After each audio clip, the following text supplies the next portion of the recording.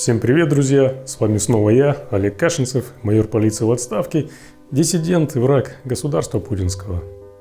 Трагическая история семьи Москалевых получила еще более чудовищное развитие. Отца девочки, нарисовавшей антивоенный рисунок, который попытался сбежать из-под домашнего ареста, задержали в Минске. К сожалению, ему так и не удалось вырваться из лап этого фашистского государства.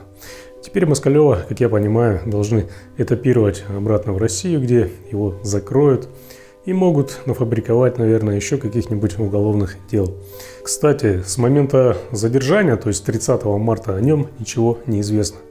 По некоторой информации, Москалева удалось задержать из-за того, что он, возможно, включил свой телефон, сигнал которого был отслежен силовиками.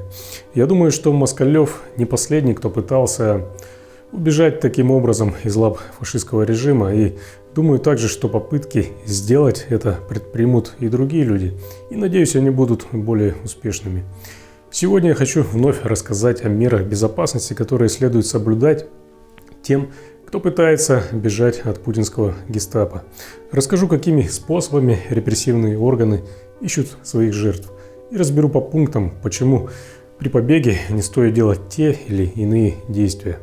Что такое путинское гестапо? В моем понимании, это все силовые органы фашистской России, чьи действия направлены на репрессии против граждан. И в ситуации, когда путинский режим ведет преступную, захватническую, подлую войну, ему необходимо причинять ущерб любыми доступными способами. Поэтому смотрите, слушайте и записывайте. И как обычно, прошу досмотреть этот видеоролик до конца, поставить лайк, поделиться им и подписаться на этот канал, если вы, конечно же, еще не сделали этого. Итак, поехали.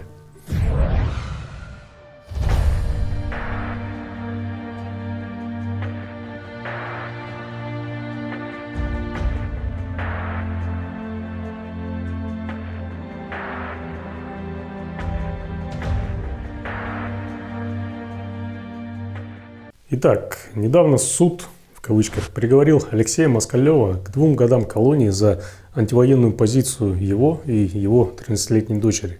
А поводом для раскручивания очередного маховика безумия послужил антивоенный рисунок ребенка. Находившийся под домашним арестом Москалев попытался сбежать, судя по всему, за границу. В итоге он оказался в Минске. Как я понимаю, на съемной квартире. А 30 марта стало известно, что его, к моему глубочайшему сожалению, задержали на этой квартире после того, как он, вероятно, включил свой сотовый телефон. То есть, вероятно, его местонахождение удалось вычислить по сигналу его телефона. Скажу сразу, сделать это силовым органам относительно легко.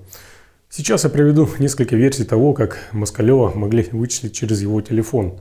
Эта информация, я надеюсь, поможет в дальнейшем тем, кто будет пытаться бежать от режима, либо тем, кто занимается эвакуацией таких людей. Первая версия. Алексей включил какой-то свой старый сотовый телефон, думая, что если он им давно не пользуется, то гестаповцы не смогут его вычислить. Но это заблуждение. Как это работает? Например, вы очень давно пользовались сотовым телефоном, который потом тупо забросили там в шкаф, например, купив себе новый. Но проблема в том, что в тот старый телефон вы когда-то вставляли одну из своих сим-карт. Именно тогда и засветилась связка e-mail и сим-карта. То есть в базах остался след использования вашей сим-карты с e-mail вашего старого телефона. Кроме того, у российских спецслужб существует возможность получения детализации звонков еще и по e-mail телефона, поэтому смена сим-карты в аппарате вас не спасет. Когда же дело доходит до розыска, то силовики поднимают информацию о всех средствах связи объекта. Устанавливаются даже ранее использовавшиеся телефоны, планшеты, симки, модемы и прочие средства связи, работающие от сотовой связи. Далее проводятся оперативно-розыскные и оперативно-технические мероприятия. Достаточно даже провести простое наведение справок, чтобы узнать, в связке с каким телефоном или с какими телефонами работала любая ваша сим-карта, и узнать все ваши соединения. И далее уже вся информация о ваших аппаратах будет у гестаповцев. Вероятно, ФСБшники или МВДшники после побега Москалева вычислили таким образом все телефоны, которыми Алексей когда-либо пользовался, и тупо поставили их на контроль. Повторюсь, что на контроль любое средство связи можно поставить как по e-mail, так и по сим-карте. В итоге, как понимаю это я, один из телефонов Алексея включился и его тупо вычислили. А далее уже для установления точного местонахождения телефона необходимо провести более сложное мероприятие. Этим занимаются специально обученные люди с секретной аппаратурой, которую они возят либо в машине, либо, когда требуется уже более точное определение места, таскают в рюкзаке за спиной с наушниками. Аппаратура пеленгует и мобильник по излучаемому на базовую станцию сигналу. Вторая версия. Алексей мог воспользоваться абсолютно незасвеченным, то есть чистым сотовым телефоном. Ну а далее самая простая и самая распространенная ошибка. Он вставил в него свою старую сим-карту. В данном случае происходит следующее. В случае, если абонентский номер стоит на контроле, то силовики без проблем определяют email-аппарат, в который вставляется сим-карта. Ну а далее вновь мероприятие по пилингу. Третья версия. Москалев мог воспользоваться новым, чистым, нигде никогда не засвеченным телефоном и чистой анонимной симкой. Но совершить ошибку, позвонив кому-нибудь из родственников, знакомых или друзей. Если учесть, что это дело весьма резонансное, то я уверен, что все его контакты, которые могли обладать информацией о его возможном местонахождении или которым он мог позвонить, также стояли на контроле у силовиков. Ну а далее все понятно. От него поступает звонок, неважно с какого номера, тем самым устанавливается его новый реальный абонентский номер. А от номера уже пляшут дальше к самому аппарату. Как было сказано мной только что выше, то есть это пеленг, рюкзак, наушники и наручники. Четвертая версия. Алексей мог выйти в интернет либо с помощью телефона, либо с помощью планшета, либо с помощью компьютера, это не важно. Если он зашел в какой-нибудь свой аккаунт, например, в ВК или Одноклассники, Сбербанк или прочие российские интернет-сервисы, то засветился его реальный IP-адрес. Некоторые сервисы, кстати, могут также получать данные о вашем устройстве и номере телефона, с которого вы залогинились. По IP-адресу далее устанавливается примерное местоположение точки доступа и провайдер. А затем через провайдера устанавливается уже точный адрес точки доступа, то есть квартира. А в случае, если это телефон, то абонентский номер, email, ну а дальше действует по указанному выше алгоритму. Пеленг, рюкзак, наушники, наручники. Ну и пятая версия. Я не знаю, кто помогал Алексею с эвакуацией, насколько надежные это были люди. Но бывает всякое, и могла произойти утечка информации о его местонахождении. Нужно быть уверенными в том, кто тебе помогает в побеге на 100%. Но это только версия. Далее я дам несколько основных советов тем, кто решился бежать от путинского гестапо с разбором каждого пункта. Первое. Оставляем свой телефон дома, если, конечно же, у вас его не изъяли, включенным причем. Это необходимо, чтобы контролирующие вас спецслужбы понимали, что ваш телефон, а значит и вы, продолжаете находиться дома. Если есть аварийные или чистые телефоны, которыми вы пользовались в районе своего дома, то избавляемся от них. Объясню почему. Когда вы пользуетесь телефоном, он подключается к базовой станции и передает информацию о e-mail и абонентском номере. Даже если вы не звонили по нему, информация фиксируется. Путем несложного анализа можно сопоставить и определить, какие телефоны были зафиксированы одновременно в районе вашего дома и в точках по вероятному маршруту вашего следования. Третье. Не вызываем такси через агрегатор или службу такси с скомпрометированных телефонов. Если вызываем с чистого телефона, то избавляемся потом от него как можно быстрее. Объясняю. Понятно, что вызывать такси с телефона, который находится на контроле, более чем глупо. Если же вы вызываете такси с чистого телефона, то вы должны понять, что это будет первый и последний раз, когда он вам послужит. Разыскивая вас, силовики выйдут на такси, ну а там и телефон ваш будет установлен. Поэтому после вызова такси такой телефон превращается в бесполезный и опасный маячок, от которого следует избавиться. Четвертое. Выходим из квартиры только после того, как убедились в том, что за двором дома не ведется наблюдение. При выходе применяем меры маскировки. Ну, здесь все понятно. Пятое. Если уезжаем на такси, не садимся в авто возле своего дома, вызываем на другой адрес. Так органам будет сложнее установить такси, на котором вы уехали, и ваш дальнейший маршрут. Потому что в основном через базы такси они пробивают по адресу и по телефону. То есть кто вызывал, на какой адрес, и, соответственно, дальше они уже определяют, куда поехала машина с вами. Далее. Шестое. Как можно быстрее и чаще меняем машины, на которых передвигаемся. Вскоре после того, как вас начнут искать, будет установлен и автомобиль, на котором вы уехали. Это делается путем просмотра видеонаблюдения или через службу такси. Стараемся пересаживаться в другое авто в тех местах, где нет видеонаблюдения. Седьмое. Одежду, в которой вы выходили из дома, как можно скорее меняем. Почти каждый дом и каждый двор оборудован видеокамерами. Как только вы сбежите, одним из первых мероприятий, проведенных силовиками, будет просмотр видеозаписей. Они установят, в какой одежде вы вышли из подъезда.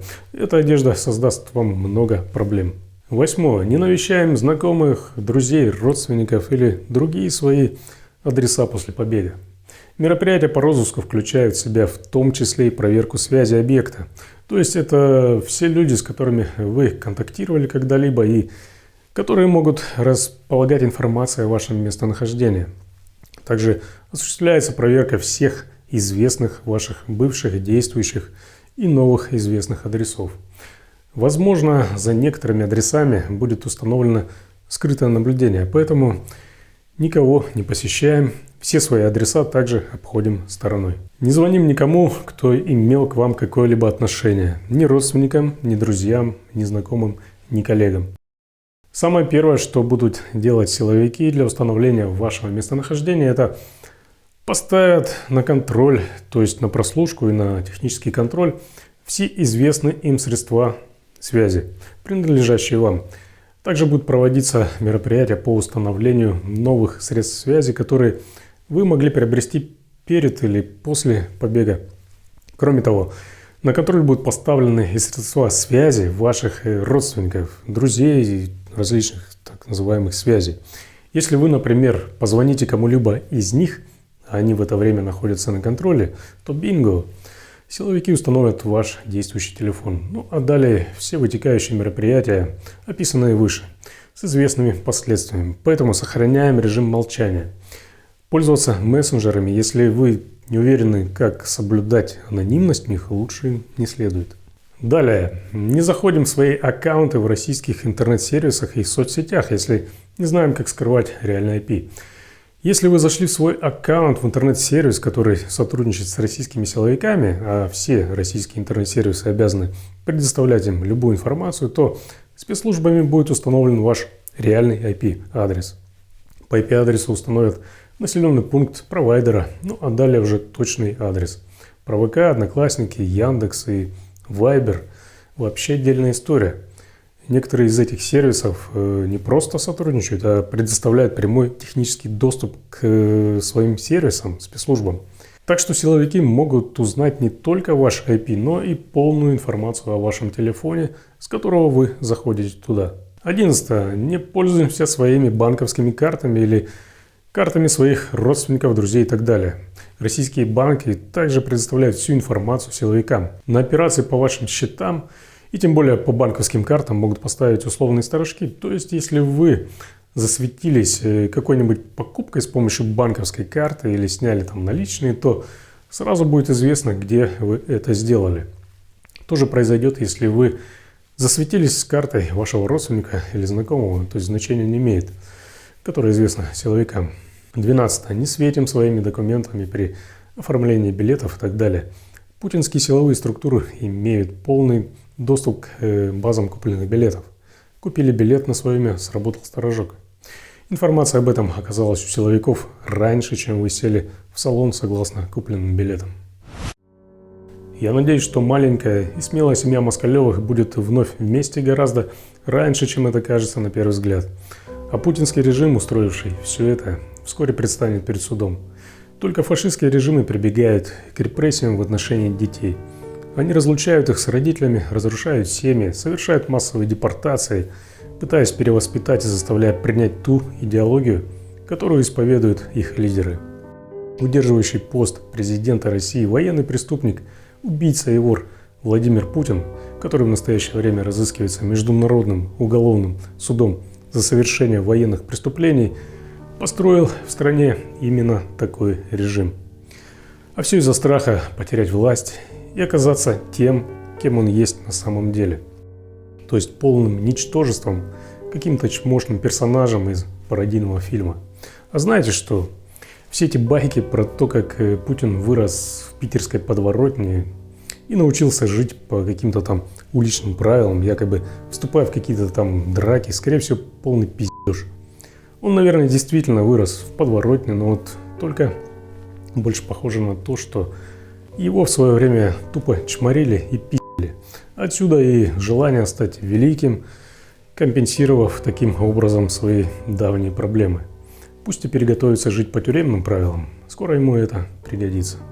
У меня на сегодня все. Не забывайте, кстати, подписываться на мой телеграм-канал, ссылка на который есть в описании. И как всегда, ставьте лайки, делитесь этим видео и подписывайтесь на этот канал. Здесь вас никто не обманет. Он ёбнутый Владимир Путин, чтобы вы поняли. Понятно, да?